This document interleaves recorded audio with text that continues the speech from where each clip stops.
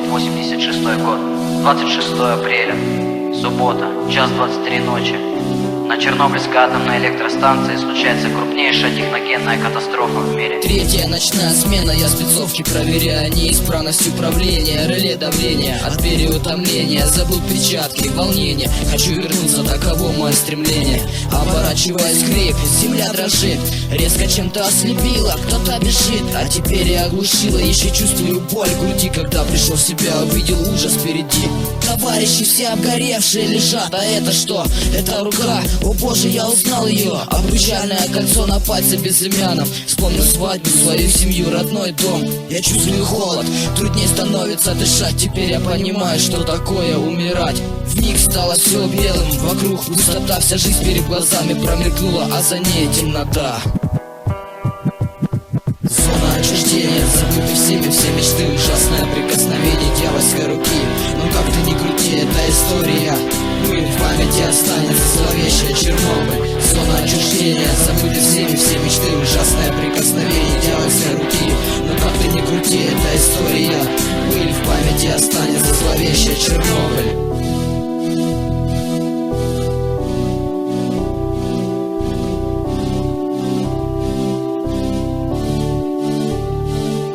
Взорвался 4-й реактор, пожарники в пути, погибло много людей, о боже помоги. Первым был Валерий Ходымчук, снесенный одним махом. Много лет уже прошло, а он исчез под саркофагом.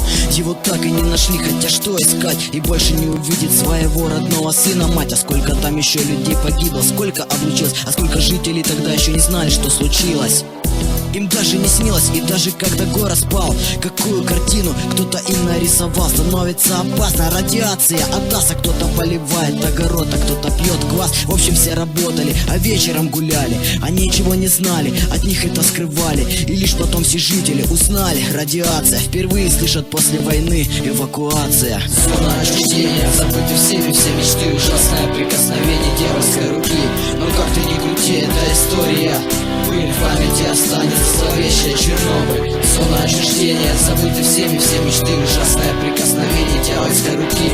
Но как ты ни крути, это история, пыль в памяти останется, зловещая Чернобыль. Чернобыль било сердце нашей страны. После взрыва ветераны вспомнили минуты войны. Перегрузка реактора, чьи-то опыты или, быть может, излишек некачественной работы. 3 дня горел реактор, 3 дня в страхе каждый человек, дрожала земля. Тысячи героев приняли вызов огня, вдыхая смертоносный туман дня. Мы помним на земле явление ада, отсутствие здоровья к старости, за подвиг награда. Герои погибали в страшных муках, последствия аварии отразилось на детях и внуках. Не стоит искать еще, кто прав, кто виноват.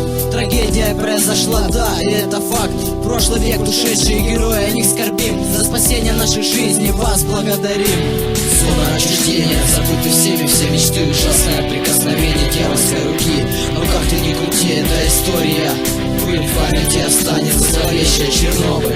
Зона отчуждения, забыты всеми все мечты, ужасное прикосновение дьявольской руки.